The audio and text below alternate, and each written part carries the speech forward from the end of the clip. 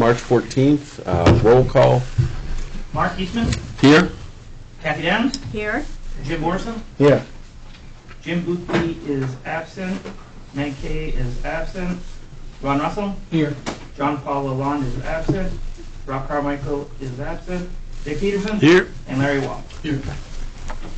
Okay, the second item are the minutes of February 2022. Did anybody have any comments or questions? Make a motion to accept.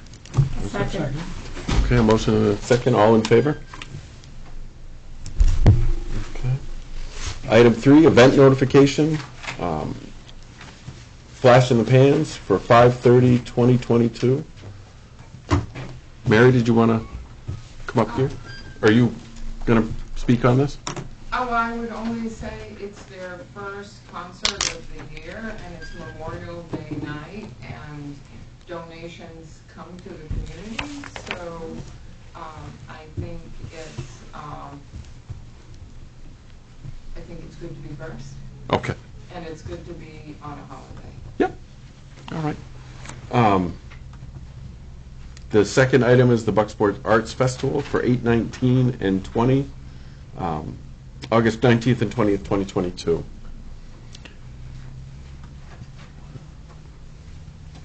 Again, Mary, can we just have it so the rest, anybody watching can hear you up to, come up to here? Sorry about that. do I stand here? Please, if you could. So the art festival we managed to do last year because it was outside, and it was very well attended. I don't know if you remember, Sue Lazard said she wanted the street to be full with parking. It was.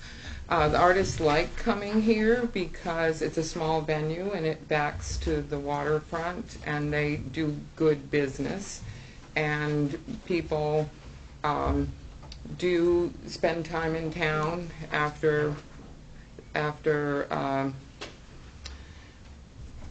they visited the art festival. Yep.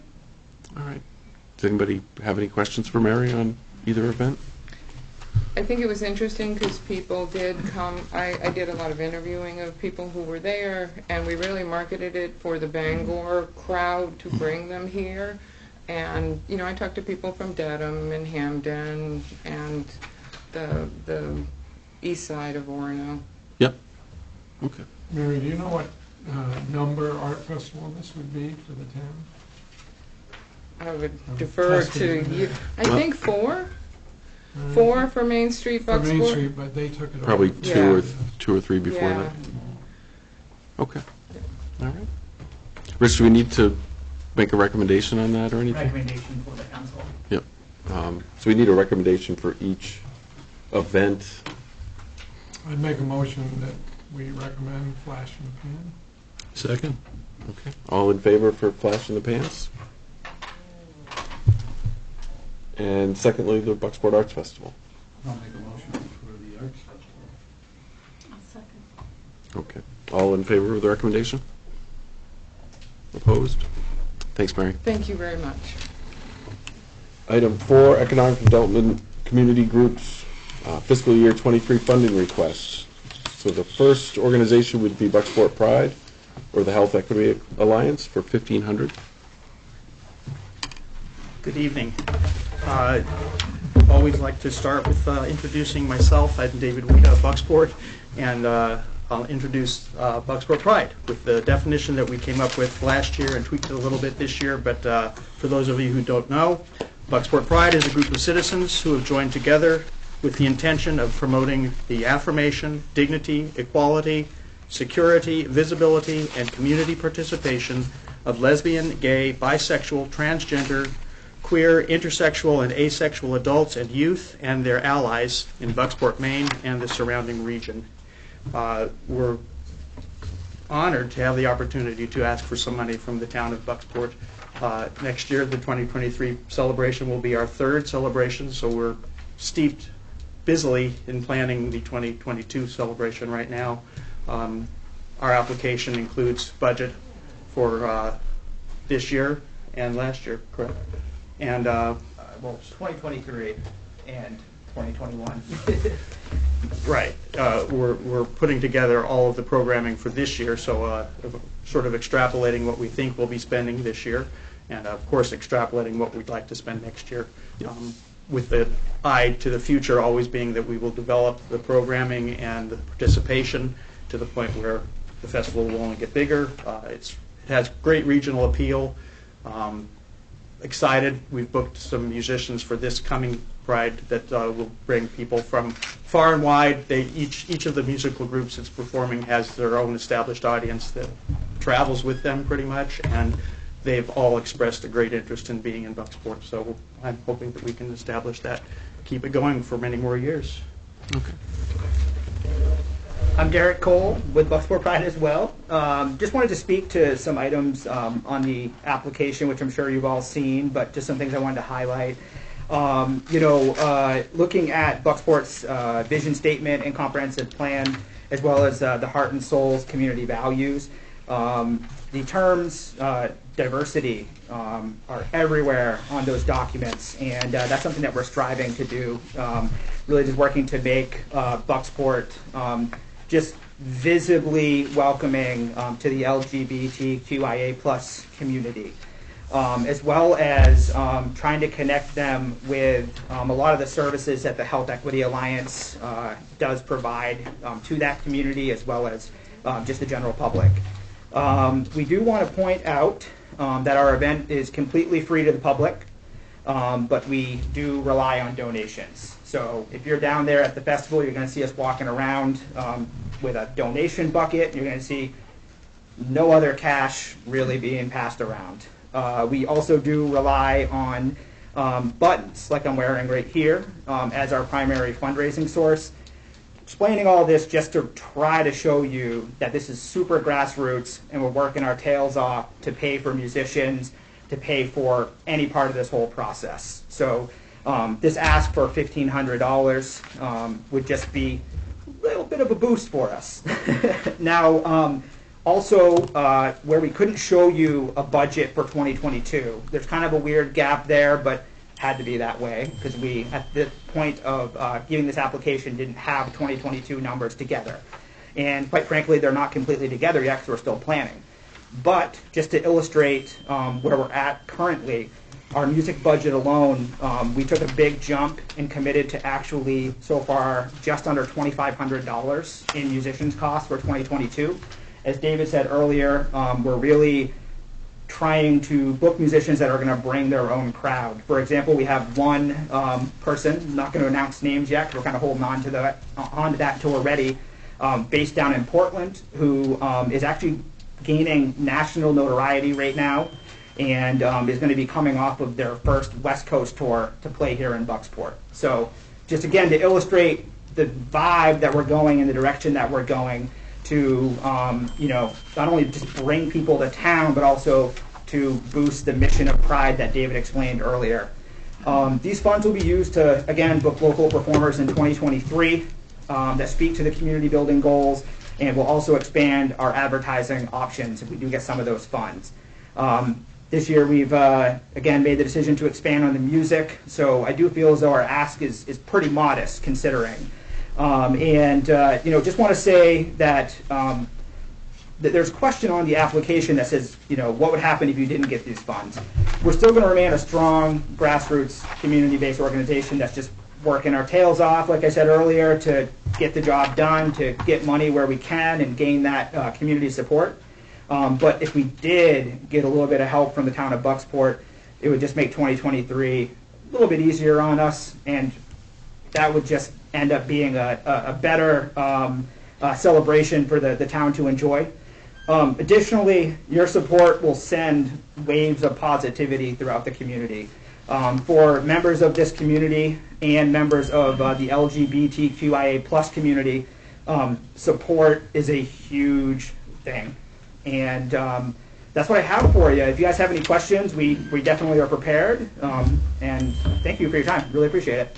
I have Yes, one. Ron. So on here, Derek and David, it says that a portion of the funds you collect will go to the high school and the Reach Schools GSA group. Yes. Is that a defined sort of That's actually why I was jumping up, because I Yeah. was hoping Derek would have mentioned that. It's crucial to our mission that we are supporting the next generation. That's what Bucksport Pride really is all about. That's what Pride globally is all about, to make a safer, more stable environment for the LGBTQIA younger generation that's coming up. So last year our decision was that we would give a significant amount of whatever we had at the end of the season, the month of June, to the two local school GSA, the Gay Straight Alliance groups. With the amount we had, it just seemed appropriate that we would give each school $500, each of the two groups. And that left us with what we felt was a reasonable amount of seed money to keep in our own funds, which I will remind people again that our funds are held by the Health Equity Alliance because they are an established not-for-profit agency that can act as our fiscal agent, as well as our insurance coverage comes through them. But we've already voted this year that the appropriate amount for us to keep annually, without considering inflation in any way, because we are just citizens pulling together, so we don't feel that we have to increase that amount. We would like to keep $1,000 is the amount we voted on each year in our own fund. So whatever we make in Pride this year, over $1,000, I assume will be divided between the two schools. So there's no way to guess what our donations will be, but I'd like to think that they'll be more than they were last year, so maybe they'll get more than $500 each. So sort of as a follow-up question to that, on there you had that you would estimate that you'd receive 5,000 to 7,000 in donations from local donors. Does that include the donation from the support from the town of Bucksport? You know what? That's a great question, and I would say you're referring to the 2023 numbers, right? Well, it's on the application. Oh, I'm sorry. Yeah, no, that would be, but complete transparency, everybody here. David just said it. We don't know what we're going to get when we start passing that bucket around. That's a realistic goal, looking at inflation from what we got last year. Last year we received, 2021, just over $5,000 in donations.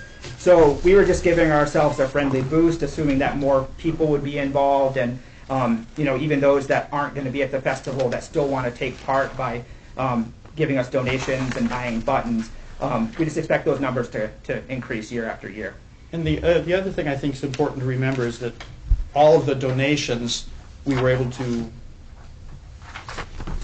make available before the festival came from people we simply approached, angels that we knew were interested in the issue, and we wanted to cover the cost of our pizza so that we could offer free pizza to the crowd, and love the fact that we spent $700 and some change at Dino's House of Pizza. That was a pretty good boost for him on a Saturday night in June. And boy, did they handle it well. Yeah, it was. I could barely bring 15 pizzas to the event when I think Derek looked at me on the first delivery and said, "Look at our line, we need 15 more pizzas." So I literally made 3 calls to Dino saying, "Do the same order again." And I was just running back and forth. He also provided his label of root beer, which was the only beverage other than bottled water. So it's a great community food resource. The beauty, I think last year I kind of figured up, last year was my 35th Pride Festival as an old man in the group. And my work in Kansas City, I will tell you that anytime you can have a Pride Festival and offer free food, free entertainment to a community that feels marginalized and oppressed in any way, and I mentioned to Derek today, we've got expensive gas to deal with now. That's going to bring people to town from far and wide if they can see it on all of our posters. Free pizza, free root beer, free high-quality entertainment. So I'm excited about, we'll get donations. We will get donations to underwrite a lot of this from people that understand. You keep the event free, you're going to just build a better and better event. So, $1,500 from the town of Bucksport would go a long way to covering pizza, which we're extrapolating will increase a little each year. We'll have to order more pizza if there's more people. So, Any questions, Dick? Okay, so I have a couple. Yeah. All right. the Equity Alliance is a 501c3. Yes. Bucksport aligns with the Equity Alliance. It has its own group, okay? Your own group, is that a 501c3?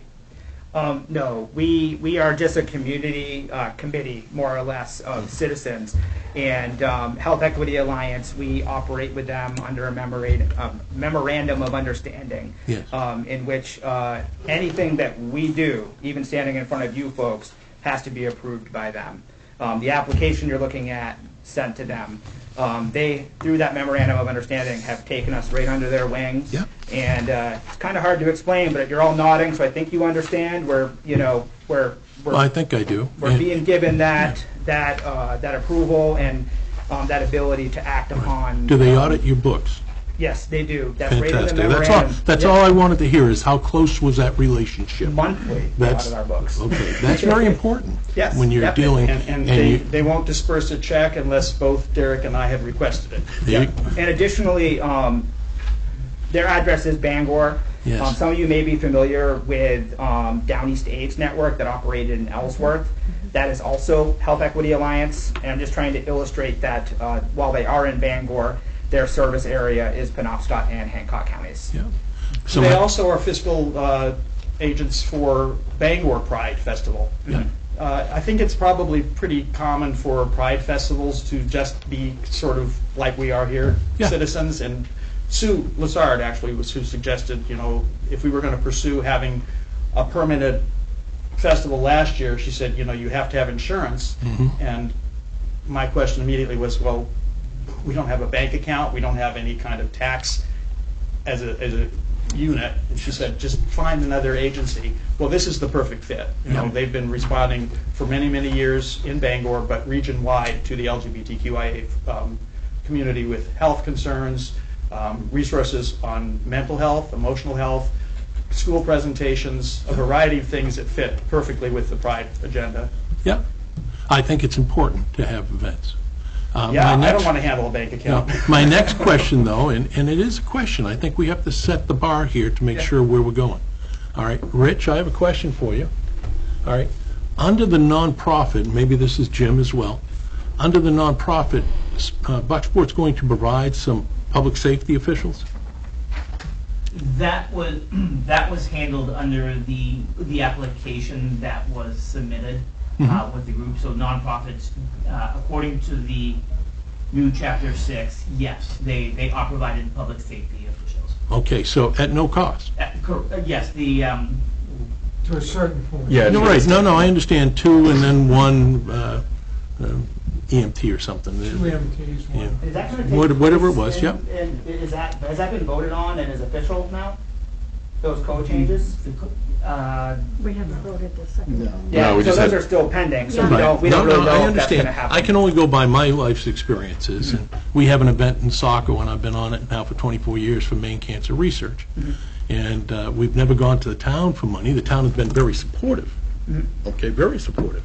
And we've raised over $3 million in that 24 years. Yeah. For Maine Cancer that stays in the state. So I know how important it is to have these events and Yeah. raise the money, okay, for success, all right? My concern is you're coming here to the Economic Committee, Yeah. asking us also to help fund it or approve the funding. I'm not sure in my life's experience that's going to make me want to vote for that. I'm all for the event, let me make that very clear. I've had several things in my life, so I'm all for the event. But you're coming here and asking for money of $1,500 this year. What happens next year? You're actually asking for next year. We're actually aren't asking for for next year. 2023. Because the fiscal year won't start Until April, when they come in here, till but, July. right, But but the in money. 2024, how much are we going to come and ask you for? Yeah, I mean, I'm just trying to, don't to know. go down that path. Is that a fair answer that we don't know? Well, no, that's a very fair answer. Yeah. But if you don't raise the money in your donations, okay, are you going to come back and say, oh, we didn't raise as much as we thought, therefore we need to raise more from the town? I'm just going to go and play that devil's advocate for right now. Devil's advocate, if you want me to answer that, Yes. this would be a huge help. But if you guys say no, if the town council says no after you guys say yes, however this plays out, we're we're still going to work and get the donations that we need. but Understood. This would be a giant boost. I mean, I know $1,500 isn't a ton of money, but for us, it would mean a lot. It would be a huge help. Would take a little bit of stress off.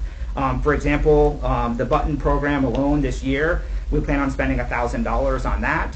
We specifically did ask for music in the application, but it just, again, it would be a big help. And while I do hear you about the town's already, offering services to people down on the waterfront, that's right. They're offering services to every organization that puts an event on down there that's still coming and asking For for 501c3. Oh, yeah, sorry, for nonprofits, yes. Thank you. Yeah, and that's my concern. Again, you do it for one, you got to do it for others that would come in and want to start up their events or whatever the case may be. So I'm just trying to think it through. Yeah. All right. And my life's experience is go down this path of, okay, we want to have this event, let's have the event, but we've never gone to the town for money to do an event. But that's where I came from. I'm all for here now, 5 years, and I love Bucksport. Well, all right? not to, just to add to the conversation, I mean, I'm looking at the agenda right now, and I see nonprofits coming to you, so, I'm not sure which direction you're going, but I'd love for you to consider, what it means, and also what I believe is a modest ask. It is a modest and ask. Hey, maybe next year we'll come and ask for $500,000. Derek, now you're talking some money. I'm holding on to the desk on that. But I think the questions need to be raised, They do. and that's all I'm doing, is just raising the questions. And then I have one more. Yeah. And that was on the LGBTQIA, which I think you answered very clearly, okay, plus individuals, okay? And this day, when you get to the alphabet, you go, okay, all right. I had a brother-in-law that passed away from AIDS and everything, and, you kind of, in your heart, you're going, okay, let's see if we understand all this. So I think I understand up to the Q, and then after that, I think I heard something individual or... I wrote it all down so I could answer We this expected question. this. Oh, this is good. For this old man, this would be good. Well, and for this old man, this has been good too. When I first started this work at age 20, we were basically calling it Gay Pride.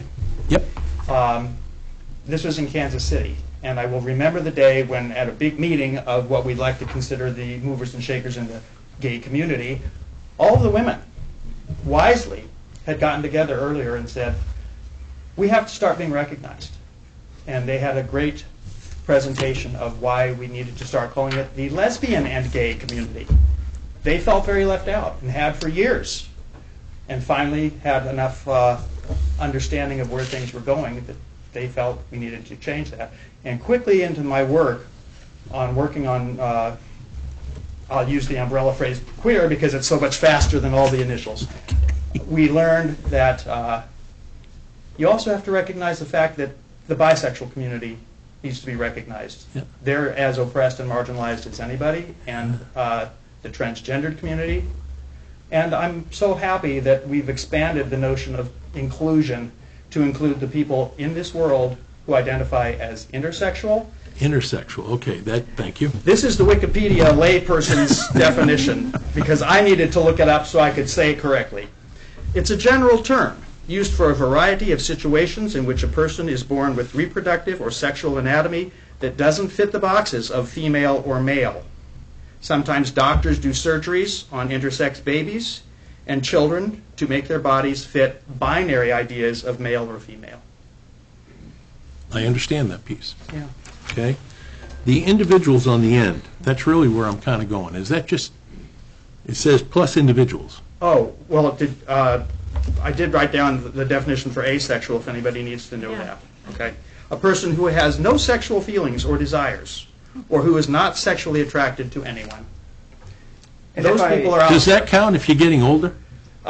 You can. This is all fluid, Dick. You can move in. That's the beauty of diversity and accepting everyone. Is you Yes. can define yourself, and you can change your definitions when it's to your own Right, mental, emotional, and psychological, as well as physiological benefit. right. Now, the individuals. Well, pause, you forgot the plus.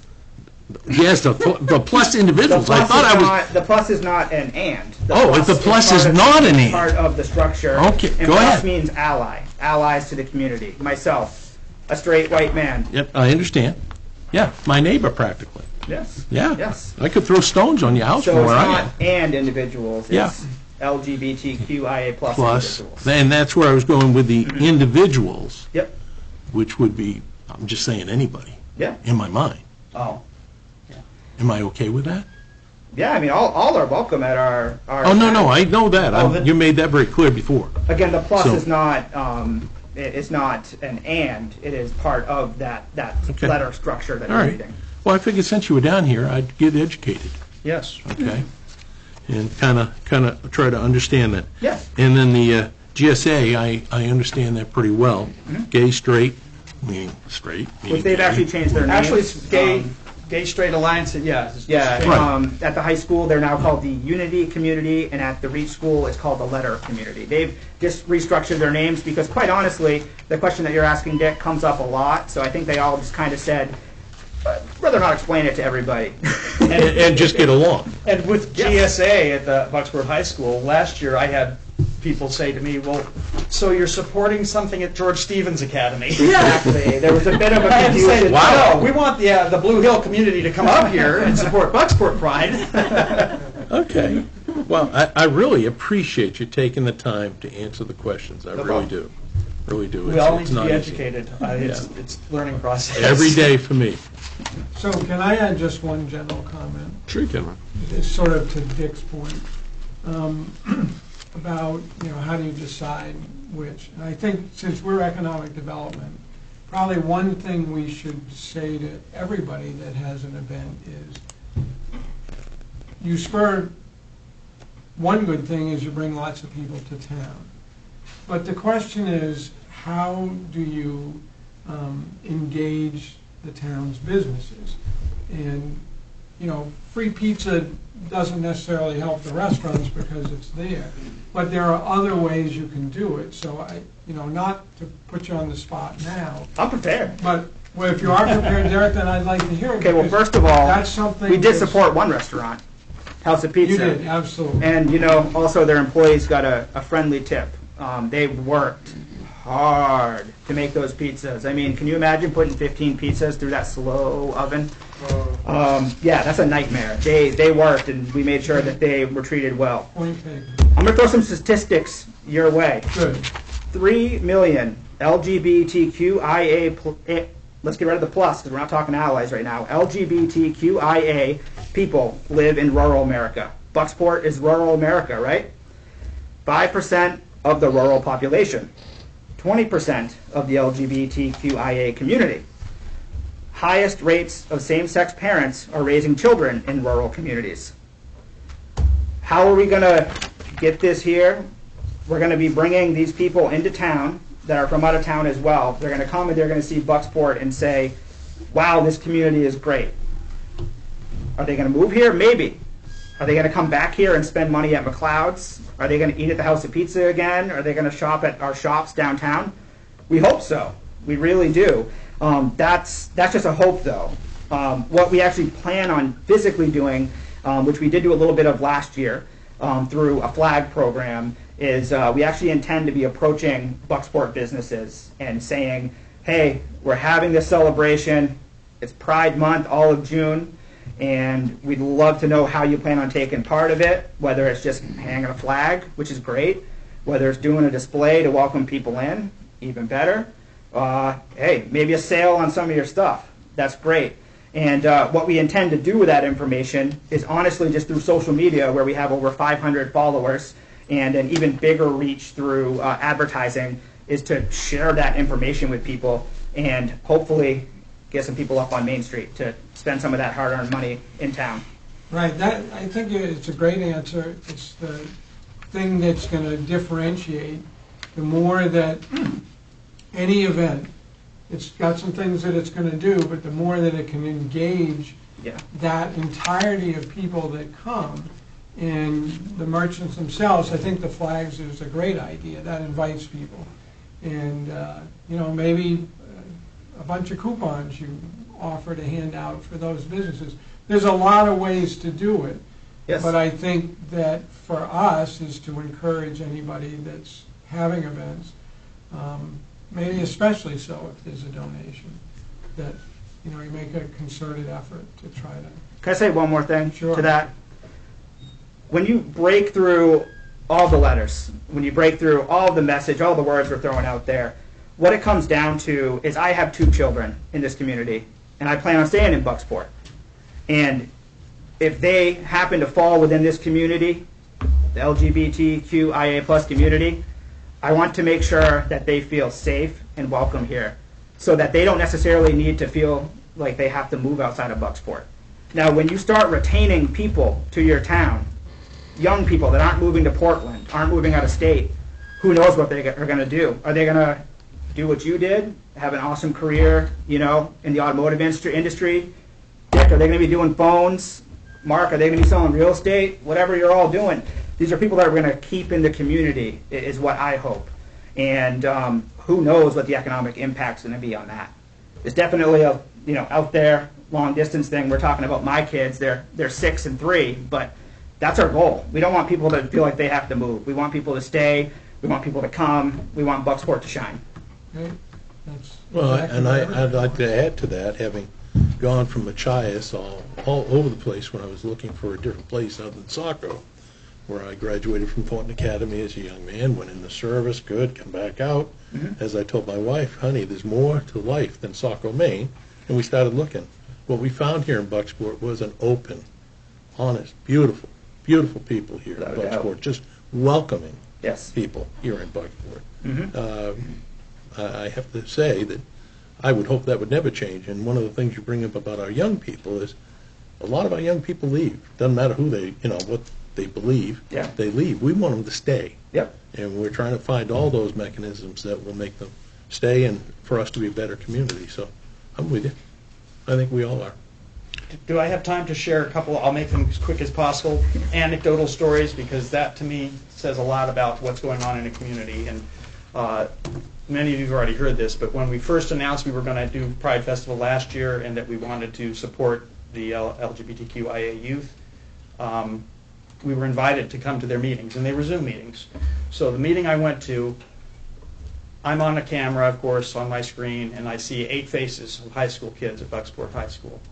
And they each got in front of their camera so I could see them, and the statements they made, the one that stayed with me, and it's sort of a amalgamation of all of their feelings, was they never felt that their hometown would ever do anything to make them feel welcome and to make them feel that they could stay here for the rest of their lives. Okay, flash forward. After the Pride Festival, in fact, it was the Monday or Tuesday after the Pride Festival on the previous Saturday, I went down to the waterfront. We bought some food. Nancy Cation, my friend Nancy Cation, and Nancy's was on the Pride Committee last year. Picked up some food at Crosby's and went down to the waterfront to eat right at picnic tables in front of Warren's. And there were already 4 people sitting at one of the other picnic tables. Nancy and I didn't recognize either of them, so we were being friendly. I said, "Where are you folks from?" They said, "We're on our boat. We came up from Searsport." And they said, "We were going to go up to Bangor for lunch. But as we came through Bucksport, came by Warren's restaurant, they said, we saw these rainbow flags. Warren's had 3 rainbow flags on the front water-facing side and 1 rainbow flag on the parking lot-facing side around the corner.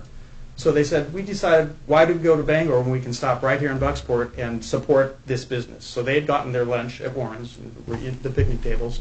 In the conversation I was having with them, the 2 people were from Searsport, but they had the other couple was visiting from some foreign state.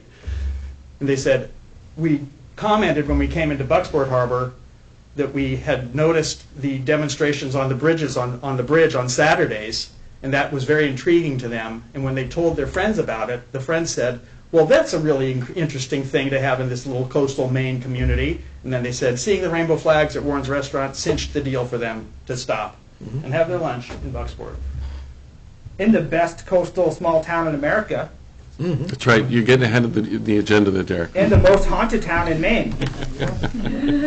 I like the haunted one a little bit better. I gotta be honest. I can attest to the haunted, yes. Any other questions or comments for Darren? Yes. Larry?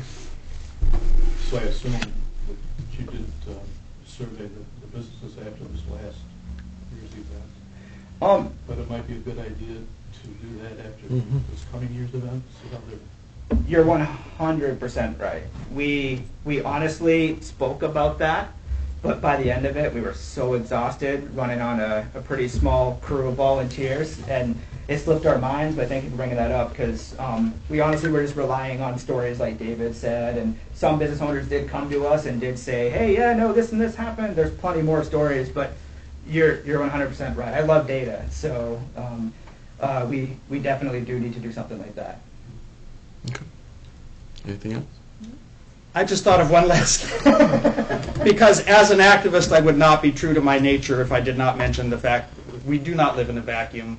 Young people are very aware, young people in the LGBTQIA community are very aware of legislation that's being passed. 38 states have similar legislation to what Florida is passing right now, which is going to make it very difficult, if not actually illegal, for teachers to talk about LGBTQIA issues in the classroom to the very students who need to talk about that. We all know they're talking about it on their own terms, in their own time.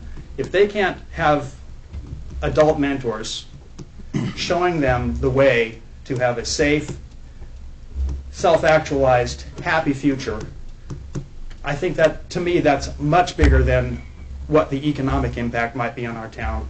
If we can say we've saved some lives, we've given children and other younger people an opportunity to see that a town is willing to say, you are welcome here.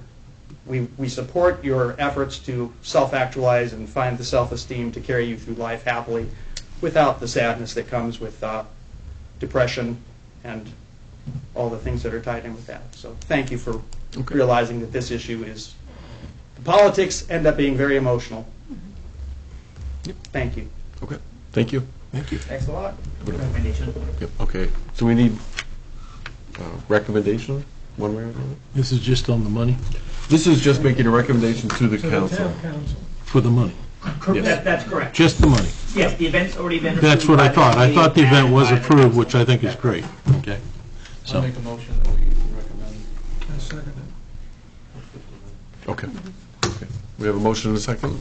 Any other comments? All in favor? Opposed? Okay.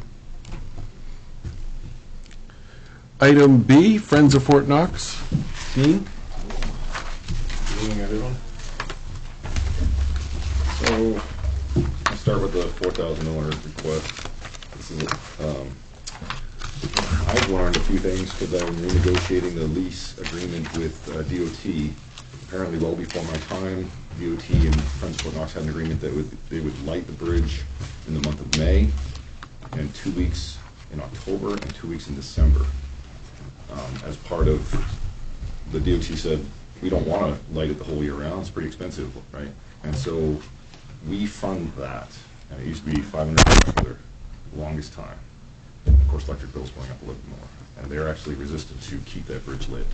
I've had a couple of questions about why we even light the rock face. That's something that Friends did so long ago. They established these lights. We're looking to, when I came to you last year, I was looking to change those all to LEDs. So it's going to be about $35,000, I think. That's my estimate. It's $120,000. I said, you're crazy. We can't do that. It's not going to happen. The bulbs now are metal halide with cans, and you got to change the ballast and all this other stuff. Every time with light bulbs, the lights warm up, they melt ice, it goes down in the tube, goes down through the ballast and shorts out the system, and you got to change one or the other or both. Very expensive. It's $100 a bulb, $100 a ballast, and then you break the seals and you've just created a mess anyways. You're never going to get it back. So we're trying to get away from that with LEDs. The LEDs will not heat up, and they won't melt the ice, and even if they do, they're outdoor lamps anyway. Problem is that they're too close to the Fort the way they are now. They're louvered. I still want to do it, but I'd have to rip all that out, put new cans down, reflecting at a different angle. It's a long process. The guy said $120,000. I said, you're high. There's no way. I can imagine. I would do all the digging myself, personally. He goes, well, that would bring it down a bit. But he's got these pieces that actually change colors. and you could light that place up with pink for breast cancer awareness, rainbows for gay pride, whatever you'd like to do, you can do that. I'm not looking for that. I don't know what this town wants for reflection on the fort. I tell you that because that's a bit of the electric bill that in here that we cover anyways. It's under our electric expense. What I think I'm here for is the expense of a little bit of the metal halide replacement, putting some LED bulbs that are along the fort. I'm doing it also in the visitor center, but that's not your problem. And then lighting a bridge, which I did not realize how expensive or my obligations or commitment under the lease agreement to do that was the month of May. And if you'd like to change that, for instance, why are we lighting it all night long? Right. I don't know. Somebody asked me that. Why don't you light it during the peak hours? Why don't you light it? Why is it lit in November? Nobody's coming around in November. If you do it until 8 p.m. I don't know. I don't know these things. What would you like? There's no reason to pay for lights that are not drawing a crowd this direction. And so if that's the attraction, that's one of the things I need to research. And so I could actually have that as a note. I owe you that information, but I need a commitment. I'm sorry, I need some suggestions of what you're looking for. No, Dean, during the summer, during the season, this time is fine, year round. We have enough traffic, July and August specifically, right? So starting when, ending when, watch for it now. I've watched the bridge lighting not always come on. Right. And I've turned the other lights, I've changed the dial so that they're going off around 10. There's no reason to light everything. So watch for that, but that's what this $4,000, about $2,000 is the expense of electricity bills. We pay more than that. The state pays even more than that to light that bridge. So we're doing about a 50, I can't separate it out. It's just one bill that comes, but it's, I'm guesstimating about 50 or 60% of matching from Friends of Fort Knox for any of that expense of the month of May, the 2 weeks in October, which is beyond the period of time that they would have normally lit it without a fright, for instance, right? We're open still till October. Yeah. Sure. And then 2 weeks around Christmas time is what the thought was that you're still getting a lot of traffic, people coming home, Christmas vacation, all that stuff. So that's what I'm committed to, is paying an electric bill to have that bridge lit. How much do you want it lit? Why, I mean, it's still the same fixed amount. But if we say, look, turn it off at 10 p.m. During these periods of time, that would be helpful for them. They'd actually probably, the state of Maine would benefit, obviously. Sure. So that's that pitch. Before, why did it go up, Dean? Because I'm also trying to do the LED replacement. It's trying to be it's going to be much more than, it's going to be, I still predict about $35,000, even doing it on the cheap. Each unit's going to be a $1,000 replacement. They're 28 lamps, and then the ones down below, so that's about $28,000 for the fort lights if I replace them one for one, and then the ones down on the what's called the Rock that face in there. Mm-hmm. I don't know if you have any questions with that. I do. Yep. Go ahead.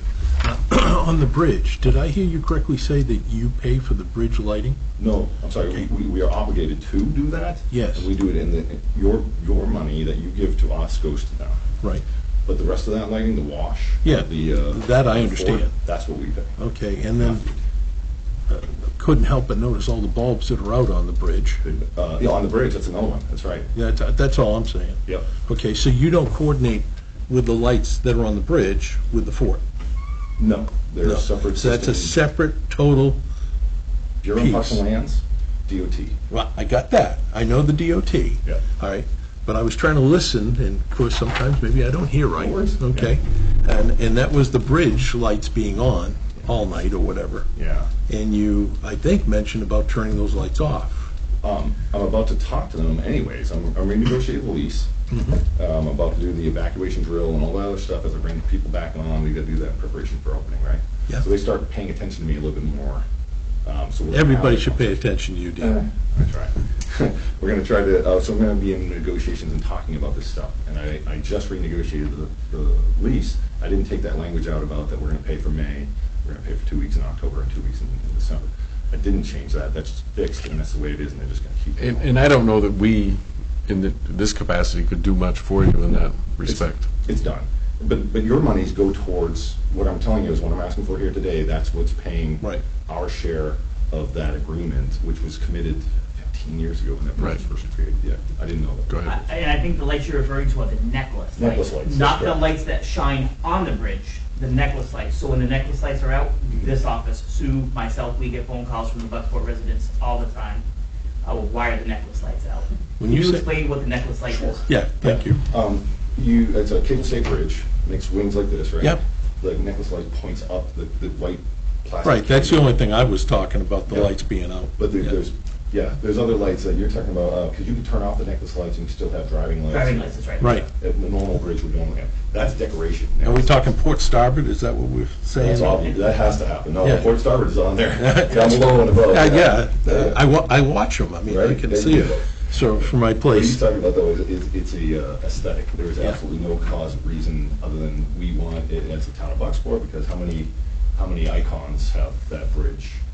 And so it lights itself up and shows itself at night in the pyramid shape. so who do we talk to at MDOT for the bridge itself on the lights and stuff, Rich? You I'm know? using points of contact.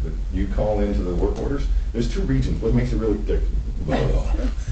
difficult is that's Region 4 and that's Region 2. I actually live on Region 2 side, but it's funded by Region 4, which the guy quit, Andy. He's no longer working there. But at DOT is next to the spa, right?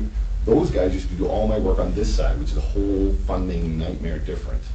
They do the work, but they ask for reimbursement from Region 2. I don't know what I'm doing. So I've got, and nobody wants to go claim ownership because it's actually the county's stop in the middle of the bridge. Right. When, Yeah. when the jumper jumps, and I hate to mention that. Yes. Who has jurisdiction? Tim Terry just recently stepped down, and now his son is the fire chief. But the dispatch goes this way. If you're calling from this way, facing that way, the dispatch actually hits, help me out, Hancock, and comes down through Bucksport, and then they'll see who's the closest to respond. So that whole thing, it's a nightmare about who pays for what, both in the DOT world and the EMS.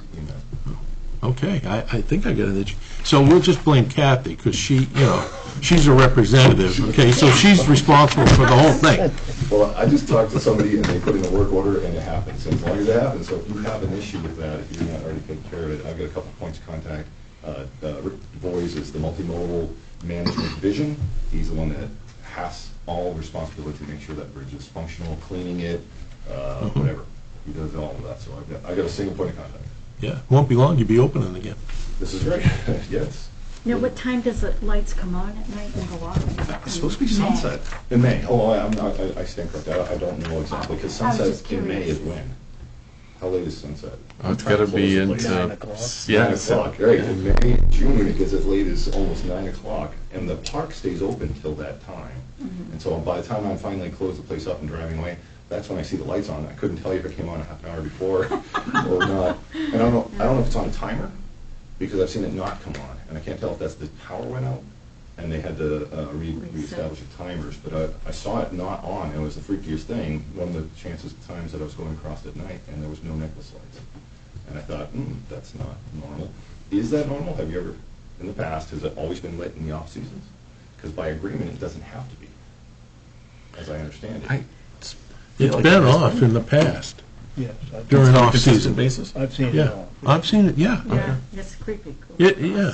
I love seeing it when I, come around the corner, coming on Route 3, Yeah. and you, oh, look at the bridge, okay, I'm home, I'm home. I don't disagree. But turning it off to save money, hello. Yeah. Yeah, not a problem. But again, it is a problem ultimately because the state pays for it, but, Well, if my CMP bill would go down, I'm all for shutting it down a little.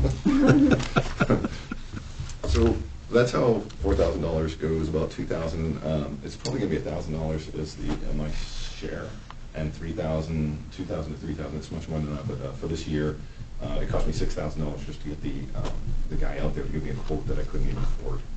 Yeah. I got one more question. On the new LED lights that you're going to put in, okay, can they change color?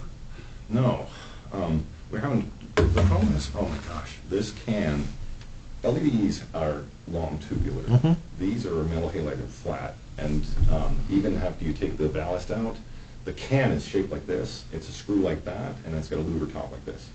The LEDs, every one of them elongated, and they won't fit, the ones that fit this particular light fixture. Yep. And so I either have to rip out the entire light fixture and put in a new light fixture and have some electrician manage that, which is possible. Might as well take the ballast out while you're doing it. What I was going to do originally was move the line back towards the other side and finally get the actual angle. The state said absolutely not. You will not have above ground lighting. It has to be flush. It can't aesthetically change the shape of the front of the fort. If you're going to do that, it does have to be on this side and project at a 45. That's most landscape lighting looks like that. That's where $120,000 for the first quote. Right. I don't want to spend another $6,000 to find out that it's only $85,000. God, it's still out of my price range. And I keep eroding to get these quotes. He said to me, Dean, this is very uncommon for me to commit to you a build design without having a contract. And I said, dude, I gotta get funding. I can't, you're carting the horse before the horse is even have a cart. I have to know what the cost is to ask for this. Right. And so he said, my swag is $120,000, 10% of which is mine. So I get $12,000. Mm-hmm. And he already got $6,000 on the upfront for coming out and showing me the lights, and then doing a napkin drawing of this is how I would do it, because I had to show something. I'd already put in a couple grants. I didn't get the Fisher one, but did Davis, and I did the one that looks like Fisher, Libra. And so I'm still trying to do a couple more, and then I'm going to do a recreational trails grant. None of these, I'm not pinning my hopes on any of this stuff, but I have monies so that you know this too. How this works, you're going to look at a budget, and I'm going to go to the budget to explain that a little bit too, because I've actually got some concerns. I'm going to skip over to the fireworks, but we'll come back to that. If you look at our budget, I've got the what's called the planned and operational revenue. It has 580 in the 181 in the recurring revenues. That's based on last year. We actually had a very good year. There's another almost $400,000 that you're not seeing that are restricted funds that come from the state. I can't divulge that too much, but we have an operating budget of almost $900,000. $350,000 goes to the state. That's their share. We collect it and then we give it back to the state, right? So what you're looking at now is Friends Fort Knox operating budget. If you flip it over, so that's the revenue 581. You flip it over, go through this. I don't have a PPP grant or to be loan this year, so I'm hoping when we get down to the expenses. Oh, sorry, should have done back on revenue. Revenue has a $65,000 freight with a $25,000 expense. If I get hold freight has generated as much as $100,000, $140,000 in the best year. $100,000 is typical, with about a $25,000 expense. I think it's hold to that before. This has $25,000 expense, $65,000. Why? Because I haven't done freight in 2 years now. I don't know how well it's going to pull off. It has a $30,000 surplus. You look at the end there. Dean, you're in the black, $30,000. If I don't hold freight, for some reason again, or freight isn't as successful, or costs me a little bit more, we're negative $30,000. That's how close we operate, is within $5,000 of the $500,000 to $600,000 operating budget every year. It's that tight that freight's going to give me the boost over, or I'll be sunk, and I'm just going to have to hope I have another year like we did this past year. Was a great year. So I'm showing you that because that's actually our operating budget. It wasn't for wide consumption. This is not very detailed, but that's where the big ticking point is. What you're missing is that $350,000. Some of that money goes into a capital improvement fund, and I can ask the state if we get, if it really does cost $120,000, I can take monies out of this capital improvement fund with their permission and put it towards this if they think it's a project worth doing. I'm not going to do it for $120. I'm going to get another couple of quotes, and hopefully I can get it under a reasonable dollar amount. Yours is contributing towards that for the freight. I'm sorry, not freight. I'm sorry, the fort facade lighting. It's called, not the bridge. Again, this is the bridge. Some of which is going to help me get the LEDs replacement on the fort's facade lighting. Separate project. Okay. So Dean, am I mistaken? You said the guy that just told you, no, the 120, he wanted $6,000 just to develop a plan? No, I paid him $6,000. He got $6,000 for coming out, meeting me one time, scoping this all out. He was supposed to give me a design, build, a plan, and maybe it wasn't 6. Maybe he said that's what it could have been. I think it's 4 or 5. I pull it up in all seriousness. So these are the flush waterproof lights in the ground. That's what I have. That's what you see. There's only right, 2 I see them lit. over there. Yeah, and then the ones down below are working. We've replaced those already with LEDs. With last year's monies, those are LEDs and not as bright. So these are the ones in the ground, though. These are the ones in the ground that they have to be that way. The SHPO, it's actually the State Historic Preservation Office, has to approve all of my historic changes, right? I can either make it look exactly like it does without a lot of fight and fuss, because you dig and you got to get an archaeologist out there beyond so many inches, 12 inches.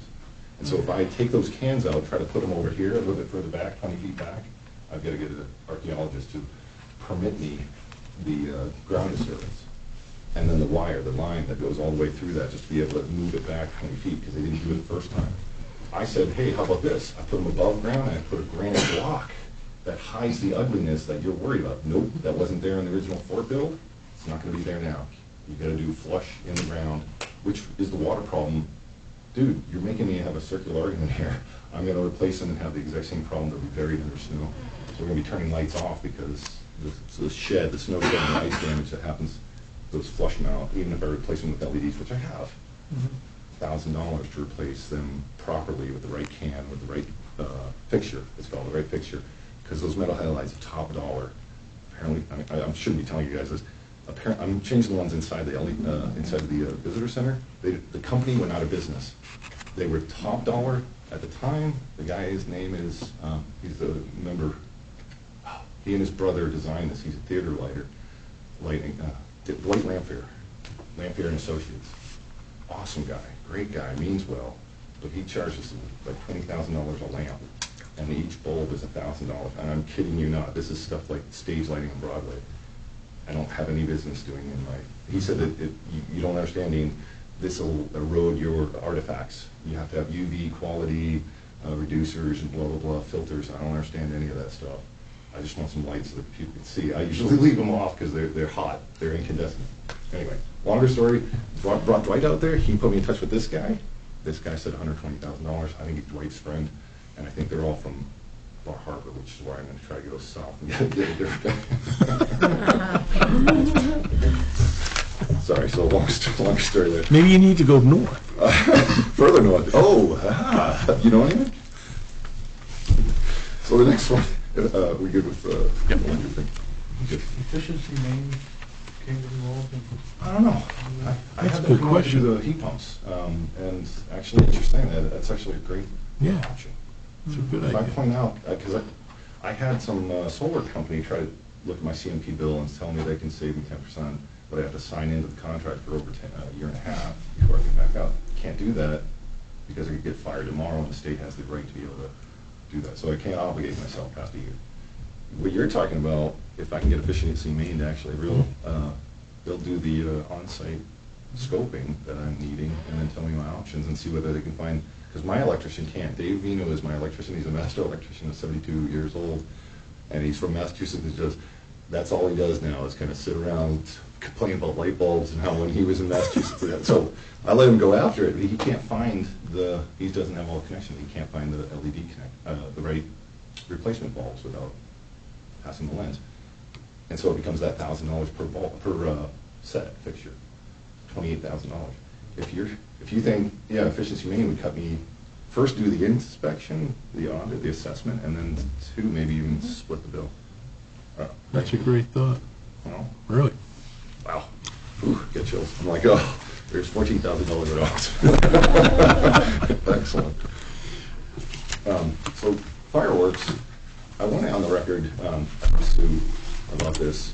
This was a little bit heated issue because of the when. When are you going to do this? And I said, I don't care. I'm not doing this because Dean wants to fire fireworks. In fact, it's a real headache. And I'll tell you a couple of anecdotal stories afterwards.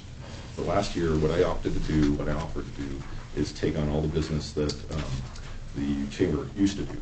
There's a process. You got to hire the guy, commit him to it, say that I want this kind of show, get the permits from the state, get the fire marshal and the tar and all that stuff, and then you got to have them on the ground. You got to clean up afterwards. It's a big mess, right? They almost didn't launch from the docks last year because my point of contact, again, single point of contact with DOT, this other guy said, nope, haven't been allowed for 10 years. I don't know how you've been getting away with it. I said, I don't know what to tell you. I haven't been here 10 years. They've been doing it for the last 10 years. Town of Bucksport, I told him when he started going down the path, I said, I talked to you guys again, and somebody said, look, we'll just go right past him. We'll go up. We'll start at the top or something like that. So I don't think they're threatening you. Don't take this as a threat. But they're just going to go around you. They're going to ask for something that's happened consistently for 10 years now, 15 years. So he bent, and he said, absolutely, I understand that. But they had a fire, which he remembered, and he was worried about this fire on what's called A battery now. I said, we don't do that. I have fire marshals on the ground. All the safeties are in place, blah, blah, blah. We'll do that again. I'm willing to do all that coordination. and I want it on the record again, that I don't benefit from this, other than the Civil War guys that are in the fort on those days get to tell their friends, hey, come join us. Fort Knox is a blast. We get to watch fireworks from inside the fort. We're a unique few that are witnessing it from that side. And so that's a recruitment thing, but it happens after dark. It happens after we've already closed. I'm not making money off of it. I did once, and you offered, I think we talked about that one time, about trying to do the tower, selling tickets at the top tower. I got to bring staff on. It's a little bit more complicated as possible, but so I don't want to be disingenuous and say that I don't make money off of this. There's nothing to be gained. There might be, but even still, it's only 40 people, 50 people allowed up there.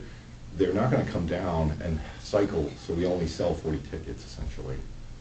Those same 40 people, which is why it's not practical, because I still bring on the same amount of staff.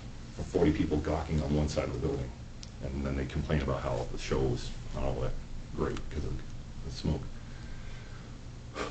I picked the 16th because somebody said, hey, what day do you want it on? I said, I don't care. You guys tell me whenever Bucksport Bay Festival is. That's what it's supposed to be. This is supposed to be for the town of Bucksport. It's your money. You want to have it on whatever day, I'll condition it for that. You want to change even up until the point with the contract signed, I don't really care. The 16th is the day that I suggested because that's the middle of my Civil War living encampment that we do every year, and the cannons are going off, and so it's a nice 4th of July weekend. Doing it on 4th of July, I have said this before, that is not desirable, in my opinion, to do it. I don't have any events on the 4th of July. So that's not the reason why I don't think so, but if the whole intent is to bring money, your money, towards the business of Bucksport, you want to get it on when I'm having my biggest weekend over there, or yours. But then again, do you do it on a Monday night? You do it on 4th of July weekend when Bangor's doing it, Searsport is doing it, Bar Harbor's doing it. You're competing with all of them. And I've told the person that this, I don't even know if it's a matter anymore, if it's an issue.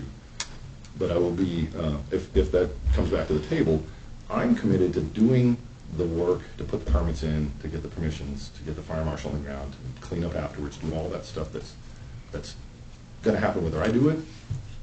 If I'm not the one, if it doesn't happen on the weekend that I'm looking for, and somebody else is going to go through and tell me, no, you're going to do it on Wednesday, on this, and I don't, you can go talk to the fire marshal, you can go talk to the state, you can go through all those hoops, because it's not, again, it's not, if he asked me, or you guys asked me, I would do it.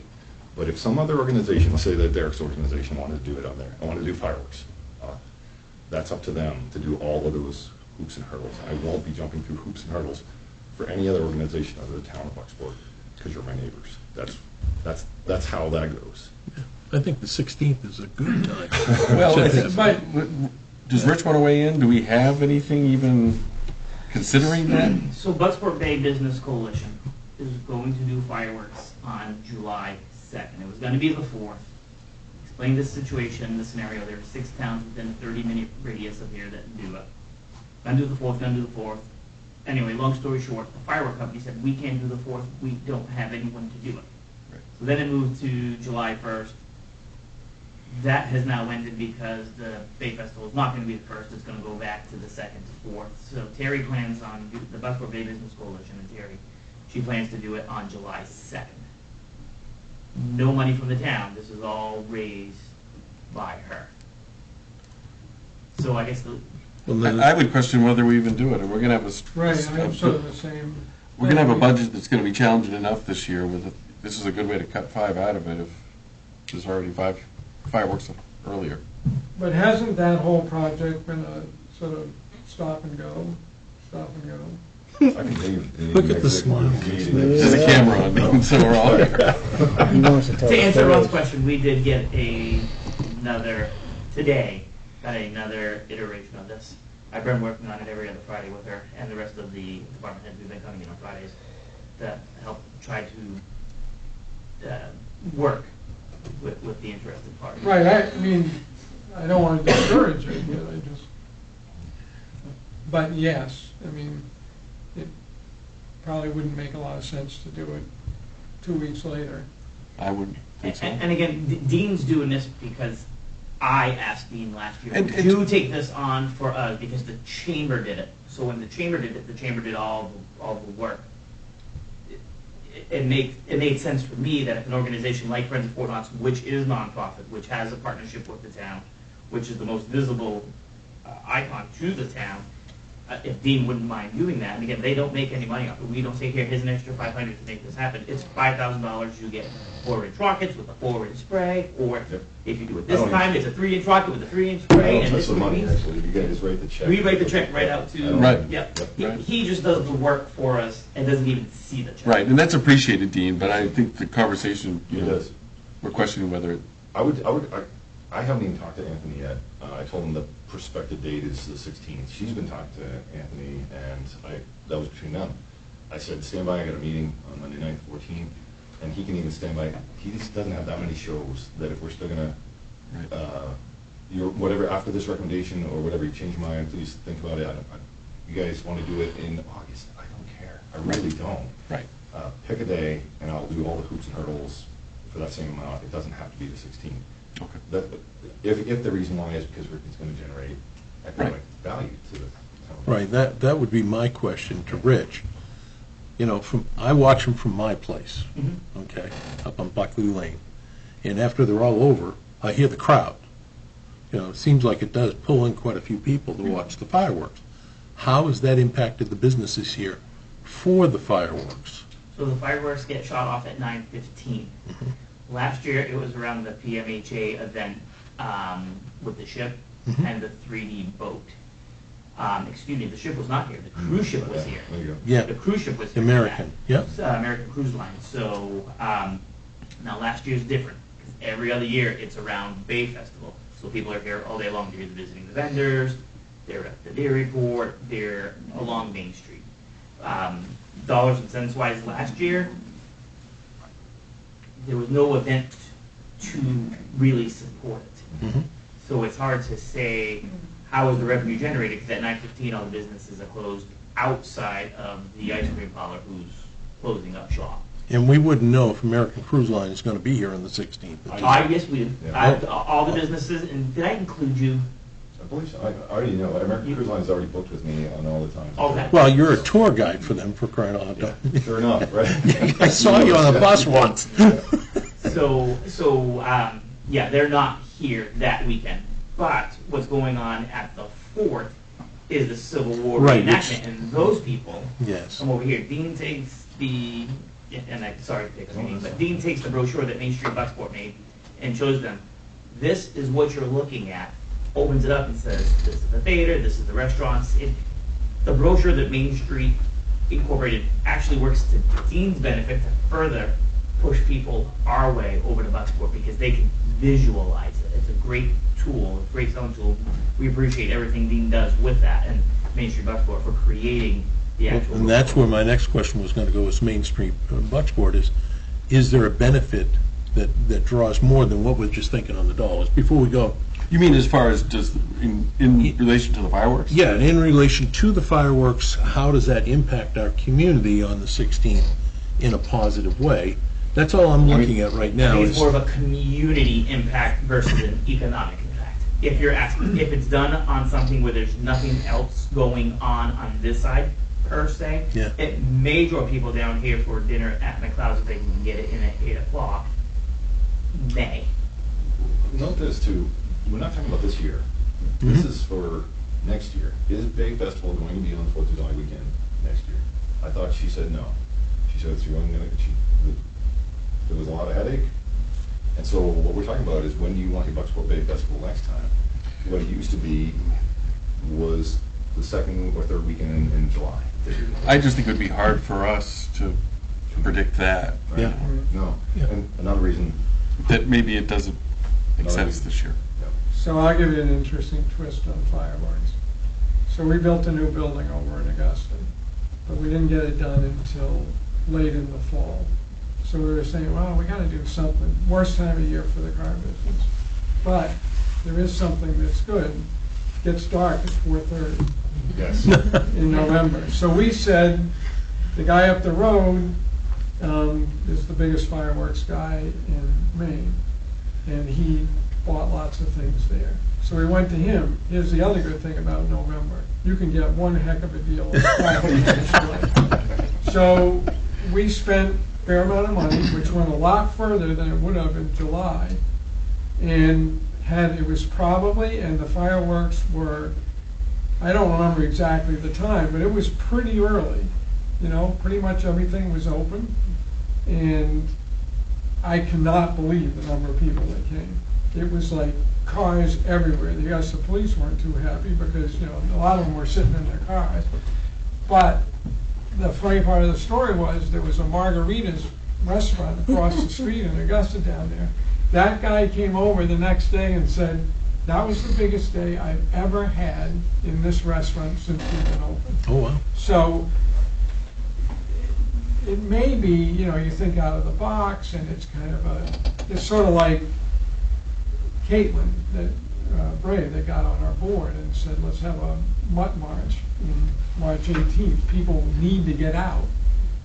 I don't know, it sounded pretty moonlight. Well, it's at 5 o'clock, but it's not really moonlight, but you'll see the moon up in the blue sky, but it's off the time, and sometimes that can have a better impact than doing it in July. And certainly the restaurants could be open and they could offer specials and could be all over by the time it's dinner. So we used to fire fireworks. Leon used to pay for Ghostport fireworks, and you guys paid for Bucksport Bay Festival fireworks, which was like $4,000 compared to $3,000 this off-season night for the October timeframe that you're talking about. I said, why are we doing this? It just makes no sense. I have to kick out the freight persons out of my biggest fundraiser, close down early to be able to get the fireworks ready because there can't be anybody in the grounds. And so I won't be doing that. So when you say November, I'm like, now that I could get behind. But I'm not going to do it on Saturday in October because every one of the Saturdays that we have is either a ghost event, it's a fundraiser for myself, and you wouldn't be able to fire it off of our docks. So keeping that in mind, because I think the options are Verona Island, your docks, that's not going to happen. My docks, that's through the state, and I could get all the permissions and stuff, or a barge is what somebody else was coming up with. If you do this permit agreement, we can cancel this too. It's not coming to me. It's not my money. I'm not getting paid at any time. So if you guys obligate the funds and rescind, because whatever your event is, the November event, next year's Bucksport Bay Festival, I don't care. It got canceled. I tell Anthony, sorry buddy, it's gone. I never signed a contract with you anyway, so there's no obligation. So I say all that just so that you can earmark and you can still pick your day around a better time, which is probably a September timeframe for me, off my docks, or wait till November, if that helps. Again, no obligations. That where it comes right back into the. I don't know if that changes anything for you guys. I don't want you to feel like you're obligated because you said in this meeting you were going to recommend it. Well, as it's just a recommendation anyway, so. Right. Yeah. Right. But it doesn't. It doesn't have any tail. No. There's no. No. Nobody's going to cry. It doesn't go outside of this room. Outside. Okay. Yeah. Does that help? Any other comments or questions for Dean? No. Thank you for your time. Appreciate it. I'm going home, guys. Did you We're gonna- want to take the recommendation via the 4,000 and the 5,000 separately? Yep. Yes. I would say Yeah, separate. okay. Yep. I will start with the 4,000 for the lighting. I'll make a motion to approve. Okay. We have a motion Was it for the lighting. For the lighting. as a plus? Kathy made a motion to approve, Okay. or motion to recommend, and you're seconding that Yes. recommendation? All in favor? All opposed? Now, the second one is the 5,000 for the fireworks. Is there I recommend that we don't approve, considering that there is potential fireworks 2 weeks prior to. anyone else? No second? Sorry. I'll second. Okay, we have a motion and a second to not recommend the 5,000 fireworks. Breaks my heart. All in favor? All opposed? Okay. I'm sorry, Jack. Uh, I don't know what you voted. Yeah, I guess I'm voting, I want to keep the fireworks, but, you know, as a recommendation, but I just felt bad trying to, you Well, know. we could add in the recommendation to pick a later date, maybe. Well, this is funding for next year, though, right? Yeah, For next year. so it's still possible. Yeah, you'd have to come back and ask them. Thanks, Dean. Take care. Thank you. Good night. All I right. like the fireworks. Item C under 4 would be Main Street Bucksport for $20,000 Yep. funding request.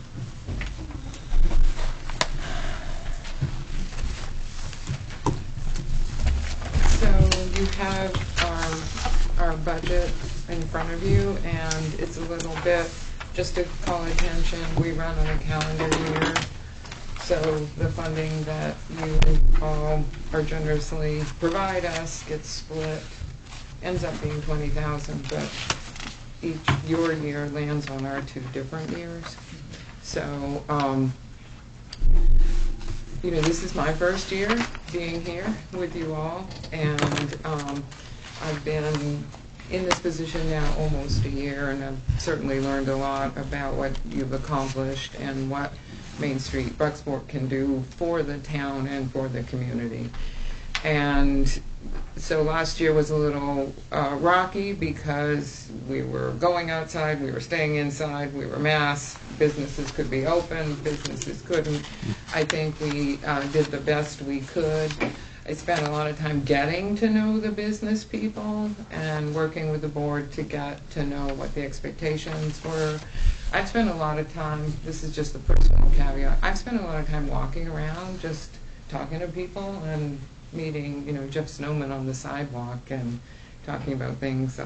And I think I've learned a lot myself, and within the last 3 months our board has added 3 new board members who have taken off running, and so I think we're really well positioned this year to be a catalyst with the business, with the town.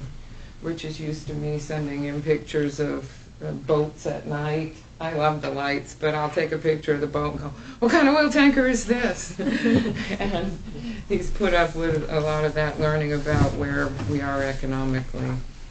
So just to go over the budget briefly, this has our estimates of what donations we expect, what we expect, so that's on this sheet here, what we expect to be able to make from events. Already we have $10,000 from the Maine Community Foundation that is this using local food grant, where we're going to be doing for public events where people get to critique recipes and meals that are being provided by working with community members, like some of the folks that are working on the garden are working with us to see what kind of food another restaurant might be popular in town. The woman that's working with me on that wants to open a restaurant at some point. And so that, we were talking about the dog walk. The dog walk is the first of the tasting events. So the food that is being provided on the dog walk for the dog walkers is coming from that grant I funding. think where you need to say what the real event is. Oh, the Moonlight March. Didn't want to get 3 days tongue-tied. fast. So, lot of the beautification committee is working now. Friday we submitted a grant for another $10,000 to the Maine Department of Forestry for federal money to do planning and public comment on how designs might link the waterfront to the rest of the community. Matthew Cunningham, the Bucksport alumni, who has his own firm in Massachusetts, is going to do $15,000 worth of donation to do the design. The grant will do a lot of public development on, well, this is what he wants. Do we want these kind of trees? The other part of the grant is it's going to do a tree count. So what's survived the last 20 years? So that what Matthew builds in terms of a design is what the public wants, and also what will be sustainable in terms of forest viability. So that is another proposal we completed last week. that already has $2,000 in it, a $15,000 donation, and $10,000. So I think that's what we're really trying to work on here, is how do we become a nonprofit that is an economic engine to partner with the town and with our businesses. And therefore, that's what those events that you see that you've just graciously approved, it's part of that. How do we, be the catalyst? So, do you have any questions, or? Go ahead. Yeah. In kind, isn't in kind usually a donation? What's that? In kind. In kind. The only reason I bring that up is I'm looking here at your expenses, and I see in-kind payroll service and in-kind cooking of local food as an expense on the other side. So I'm not I'm not an accountant. And that's John Paul and I worked on this, and that's where it's a wash, the money that you would have spent. So you're putting what they're donating as an expense as an income. So it washes out, but at least acknowledges the value of the donation. When I took accounting, which was some decades ago, it was called goodwill. I don't think they use that anymore, but you measured your goodwill. You measured the value and what that comes to an expense. Now, not being 100% understanding Main Street, okay, you're part-time? What's that? You're part-time. I'm part-time. Right, that's what I thought, part-time. Yeah. Okay. That really, I'm the .5. and here you are tonight with us, part-time. Yeah. I am. So, Mary, can I just elaborate a little bit? Yes, on please, sir. what you talked about on the beautification fundraising event. So the $10,000 is a Department of Forestry grant that we've applied for. It's pending. So that's not reflected in this budget. That's true. The beautification fundraising, some of that is, I'll tell you where it comes from. There's a couple of teas planned that's counted. They did have one in December, but this is 2 additional ones. That one raised about $1,500. I think the 2 of these, Meg's budgeted a couple $1,000s for those. They're also doing a cookbook, which we just had a board meeting and approved that, and I believe that the anticipated income from that is, how much of that, Mary? 4,000? 4-ish, yeah. 4,000 or 5,000. And there's a 4th one which I can't remember. So that money again would go to this project, and we have the in-kind donation from Matthew Cunningham, who is a young man from this town. He graduated with one of our kids, and he's, quote, made a name for himself. He has a 25 architect firm that's just expanded into Maine. They're in Portland. And you can look Matthew Cunningham Landscape Design in his website. It's unbelievable the things that he does. So he's, told us I'm all in, and this involves the downtown district. So the idea was that the Riverwalk, Main Street, and Main Street's parking lots would all be incorporated into trees, shrubs. He's going to do a update on Rufus Guggen's Park. It's kind of a whole thing. But the way it'll be done was there'd be a series of community meetings on what the community would like to see. Matthew will go back and incorporate that, do some renderings, a plan, and then it'll be brought back to the town for their thoughts. And eventually we'd have a plan.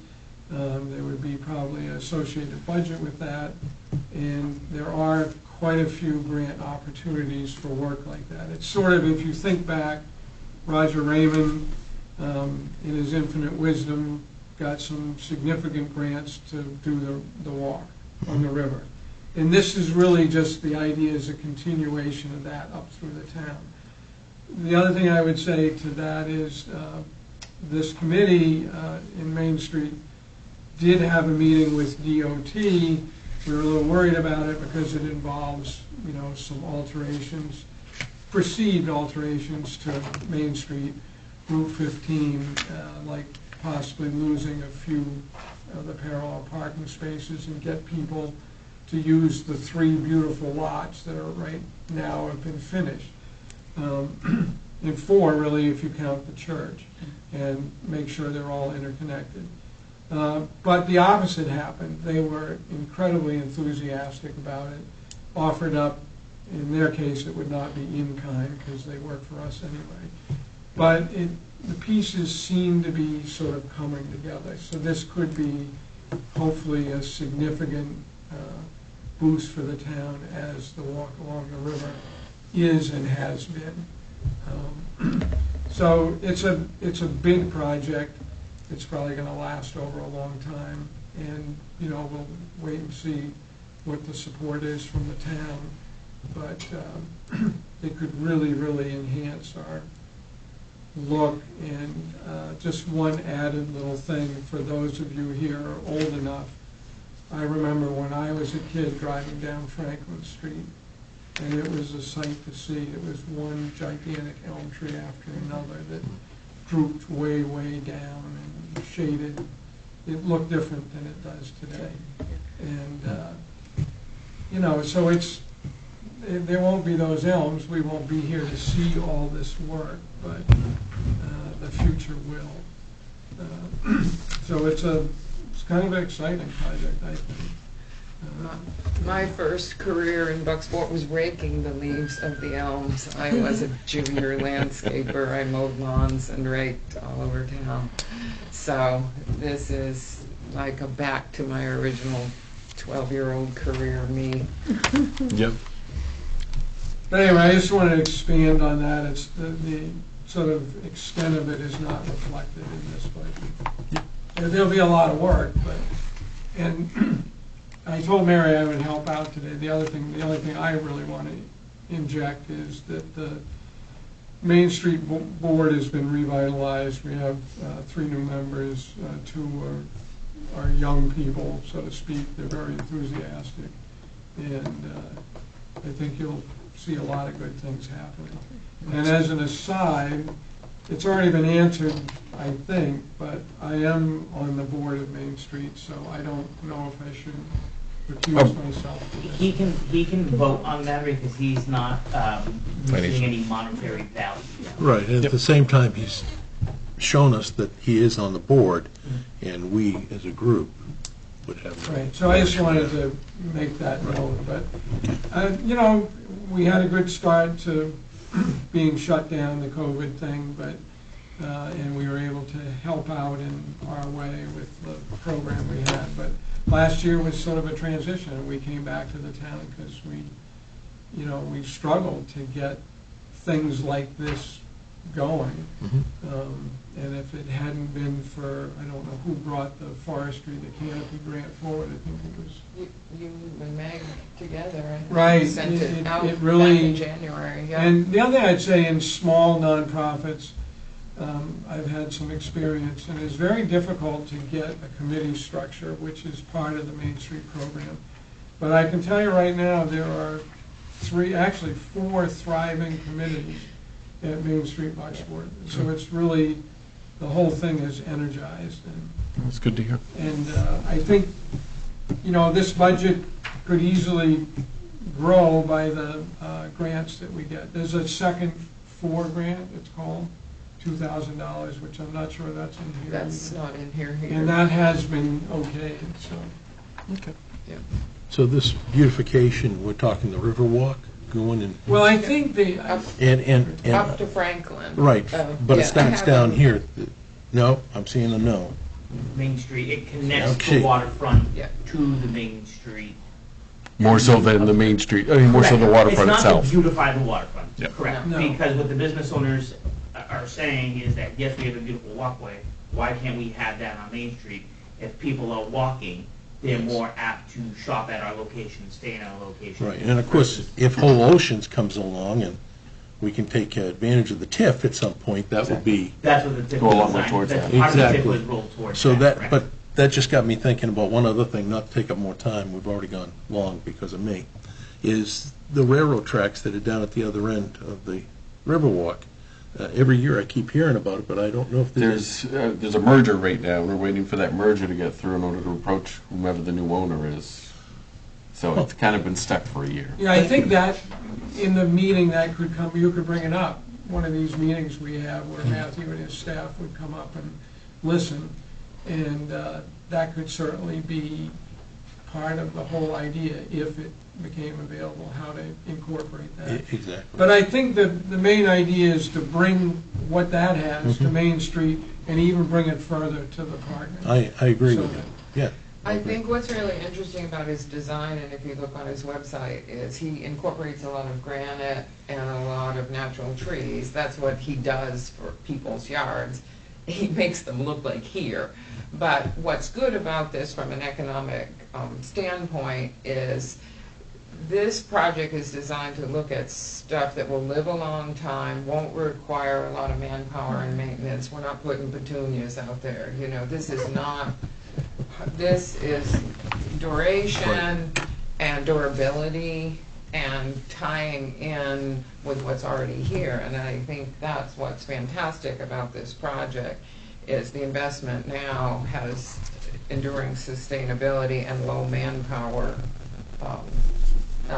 support. Okay.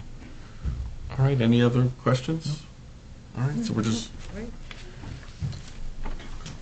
we Make a motion to approve. Go. Oh, sorry, Larry, go ahead. So budget, this sheet is budget for 2022. That's this year. You asked for 25,000, I assume that was approved. No, Larry, that's because of the 5,000 that we asked for. The town's fiscal year and we work on a calendar year. The town is on a, what is it? Fiscal year. We're July 1 to June 30. Right. So that 5,000 is in '22 for us, but the town approved it in not FY22. what we're looking for now. This is to fund the last 6 months, 10,000 for the last 6 months of '22, and the first 6 months to help Main Street. But your new request is 20, not Yeah, our 20. new request, the That's new what I'm request seeing is right here. 20. Yeah. Does that answer your question there? Okay. Yeah. All right. So I'm just going to make a motion that we approve the 20,000. recommendation. Recommendation, yeah. And Second. okay. So we have a motion and a second to recommend the funding for Main Street Bucksport for 20,000. All in favor? Okay. Thank you. Thank you, Mary. Thank you. Rich, so I'm going to go ahead and call Paula now. Please. I sent her an email halfway through the meeting telling her we're running a little behind. Yeah, it's because of And me. thank you all for your patience as we go through this. I know it's at 7:30 now. We can cut off a bunch of the stuff at the end. We got the slowest clock in the world. Yeah, I think the battery's about, I've changed it twice. It was right at 6 o'clock. It's new. It stops, and it'll be great twice a day. Hello, how are you? I'm doing okay, Paula. How are you? Good, thank you. So we're at a point where we're looking for, your to come forward here, Paula. Do you have some things you want to say in regards to Wednesdays on Main this year? Well, I'm not going to do an event every week. I just can't do that anymore by myself, and I don't have enough money to do that.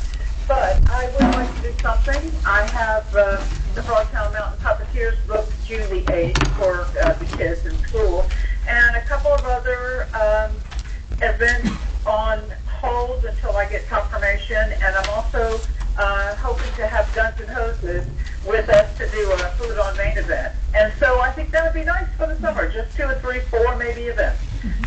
Okay. Okay. Paula, I'm just going to see if anybody on the committee has any questions for you. Can you hold on one second? Of course.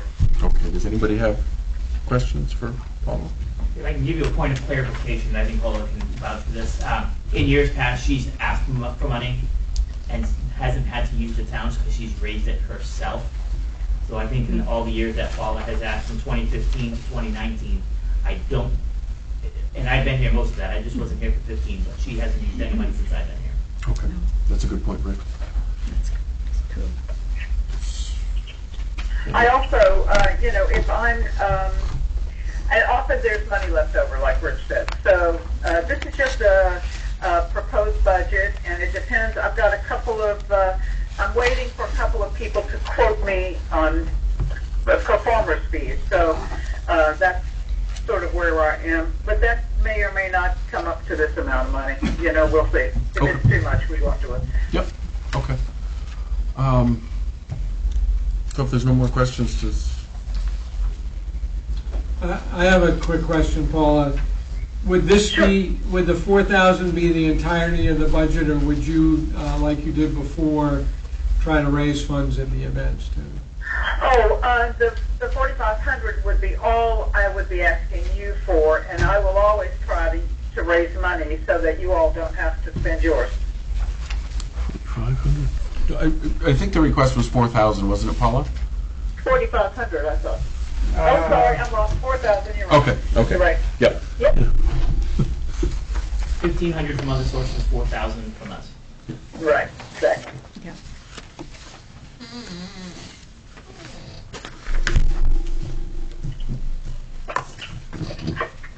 No other questions? No other questions, I don't think. I'll make a motion that we approve the 4,000, or recommend the approval of 4,000 for Wednesday on Main Street, on Main. Okay, we have a motion and a second. All in favor? Okay, Paul, it all passed the recommendation passed unanimously, so we're good for today. Wonderful. Great. Thank you. And what meeting will the decision be made? Hold on, Rich is running. Oh, okay. You don't see that every day. April 28th. Yeah. April 28th, Paula. April 28th. Very good. Okay. Thank you all so much. All right, thank you. Have a good evening. All right. You All right. too. Bye-bye. Bye.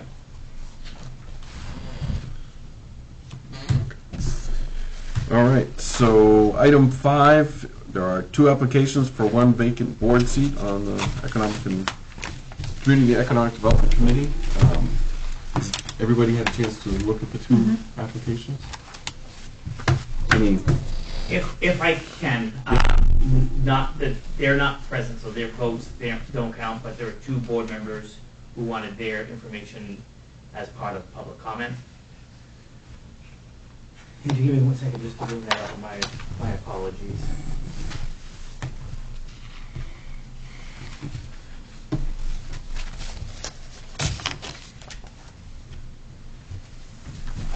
First is from Meg Hay, owner of Protocol, who is on this board. Rich, it looks like you'll all be voting on a new member for the Community and Economic Development Committee according to the supporting documents for the 3/14/22 CEDC meeting. As Mr. Bishop owns a business, and I can identify with that, I'd like to vote for Steve Bishop. And again, that the vote, it can't count as a vote because you have to be in person to vote. And the second one came from John Paul Lalonde. Rich, as you're aware, I will not make the meeting. I support Steve Bishop for the open seat. Having another business person on the committee is a good idea. Thanks, John Paul. Those were the 2 emails that I received in regards to this topic that they would like shared. And I have no other emails this evening on that topic. Okay. So do we just want to bring one name, or? Well, I think you want to bring up both names and then have Yeah. a vote on both. I think. Individually or together? No, individually. Wouldn't you do individually? What if they both passed individually? That wouldn't work. No, but that's true. But I'm thinking that You figure it out. I'll go with what you figured. How do we normally do this, Rich? I don't think I've done that. I don't think we've ever been in this position. Well, these are the two names that you have. Someone may bring one of the names forward. Okay. And then you may take a second on that. Okay. If there is no second, Then it would that die. person Then drops down. I'll make a motion for Steve Bishop. And I'll second. Oh, I didn't even finish. Okay, so we have a motion and a second on making a recommendation to have the council appoint Steve Bishop to the Economic and Community Development Committee. All those in favor? He's a good man. Okay, you do not need to take up the second item. Okay. Do you want to table the rest? We can table the rest. I do need to Get to 11? go through if anyone has new business, you guys all took the time out here, that if you have anything, I would suggest maybe going through that. Okay. I can hold my new business, and then just the next meeting date. Should I go ahead and make a motion then to table items 5 through 8? That would be Six. Sorry, 6 through 8, sorry about that. Okay, I'll make a motion to table items 6 through 8 on the agenda. I'll second. All in favor? Okay. So item 9 would be new business. Does anybody have new business that they'd like to bring up? I think we're good there. Rich, do you have new business you want to bring up? You good? Nothing that's earth-shattering. I will say that we did receive an application from Bucksport Bay Business Coalition for the Bay Festival. It mirrors what was already previously approved by the town council. So there's no extra date, there's no carnival. Again, she's met with us department heads, myself, fire, police, and harbor master for the last every other Friday since January. So we met with her twice a month. So this goes back to essentially what the council had tentatively or approved previously. So it won't come to this committee because it's already been previously approved by the town council. So I think it will go back to you folks for a formal vote. Okay. If that makes sense. Yep. So if there's no other new business, the next scheduled meeting is Monday, April 11th And that should say at 6 p.m. at 6 p.m. And then I just need a motion on item 11. So moved. Second. All in favor of adjournment? Okay. Thank you.